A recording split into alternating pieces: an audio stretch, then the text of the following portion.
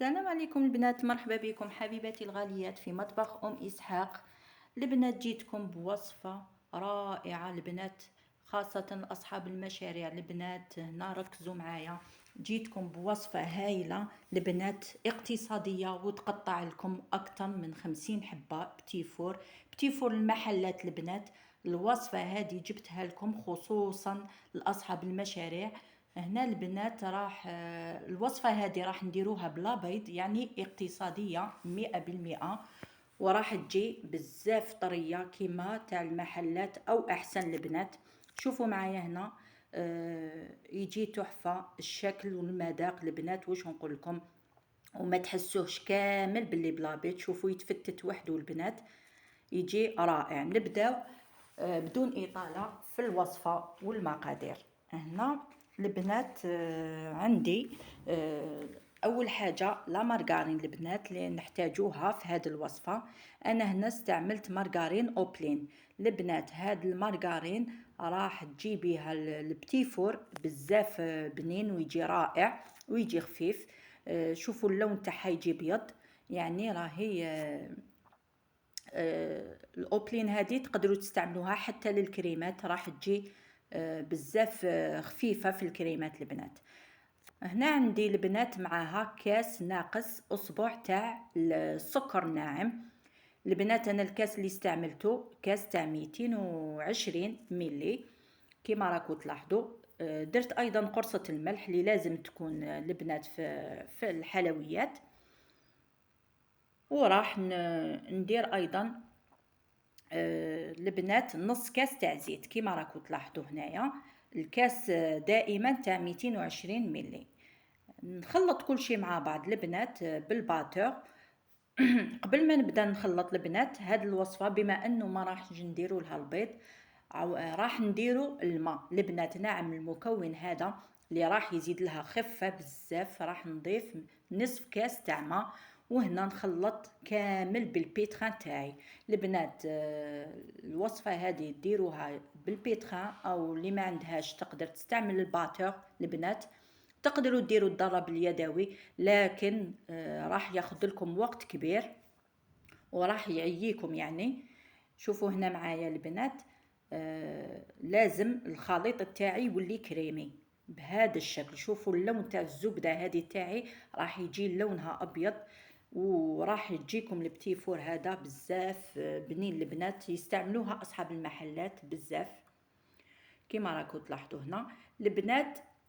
درت هنا البنات 3 ملاعق كبار تاع لا مايزينا، درتهم في 3 كيسان. ودرت ايضا 3 كيسان في ان ريسيبيون تاع فارينه كيما راكم تلاحظوا، ونص كاس تاع فارينه خليته بجيه. يعني اذا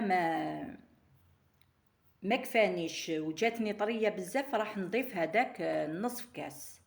درت ايضا ملعقه صغيره تاع خميره حلويات، ودرت ملعقه صغيره بيكربونات اللي راح تزيد لها خفه البنات في هذه الوصفه. غربلت كامل النواشف تاعي. راح نستعمل هاد سباتول تاع البيتران اللي راح ندخل بها الفارينه في المكونات تاعي. ندير انا الفارينه تاعي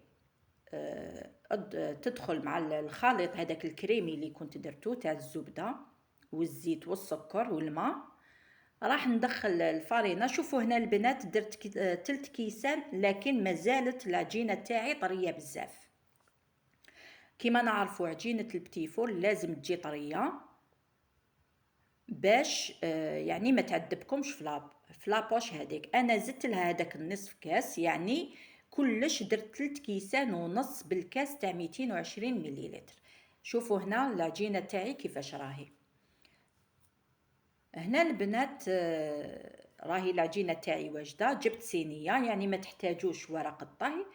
جبت هاد لادوي البنات درتها في لابوش، وراح نبوشي بها البتي فور تاعي كيما راكم تلاحظوا. هنا درت وريضات البنات، شوفوا معايا راح نديرهم بلابوش يعني يجوا بزاف شابين. راح ندير معاكم شكلين كيما نعرفوا البتي فور فيه اشكال بزاف. راح نديروا شكلين هادوما البنات، شوفوا معايا راح نبوشي هكا من بعد ندور لابوش تاعي باش العجينه هذيك يعني تخرج لي بكل سهوله كيما راكم تلاحظوا. هنا ندخل هذوك نسقمهم مليح باش تعطيني شكل شباب للحبه تاعي كيما راكم تلاحظوا هكذا بالشكل هذا. البنات صدقوني هذه الوصفه تجي رائعه بزاف، يعني بالنسبه لاصحاب المشاريع راح تسهل لكم الخدمه، وراح تجيكم يعني كميه كبيره، قلت لكم ازيد من 50 حبه البنات هنايا. يعني اذا ضعفتوا الكميه راح تعطيكم كميات كبيره البنات، وخاصه انه هذه الوصفه ما فيهاش البيض، كما نعرفوا البيض راه غالي. الشكل الثاني البنات المعروف في البتيفور الكوكياج، هكذا نطلع لابوش يدي بلا بوش هكا ونعاود نحبط كما راكم تشوفوا. شوفوا هنا معايا ونبوشي البنات. من بعد راح نسقم هذيك من تحت باش تجيني الحبه تاعي شابه ومتحوفه. نكمل انا كامل الكميه تاع العجين اللي عندي البنات ونديرهم يطيبوا على 180 درجه البنات. الفرن كنت سخنته من قبل، حطيتهم يطيبوا البنات. هنا شوفوا بعد ما طابوا لي، شوفوا الشكل تاعهم واللون يجي شباب، يعني تقدروا تحمروهم اكثر. انا يعني درت مازال ماشي غير هذه الكميه البنات، مازالوا يطيبوا. شوفوا قلت لكم راح تتحصلوا على كميه بزاف كبيره. كنت ذوبت شويه شوكولا، درت لها ملعقه تاع زيت كما راكم تلاحظوا هنايا. الشكل الاول البنات ما لصقتوش، خليته هكاك، درت له فقط شوكولا. اما الشكل الثاني تاع الكوكياج نص لصقته بالكراميل ونص بالمعجون، لكم الاختيار. ودرت له الشوكولا بهذا الشكل كما راكم تلاحظوا البنات. شوفوا معايا راح يعطيكم واحد الشكل واحد البنه بزاف رائعه.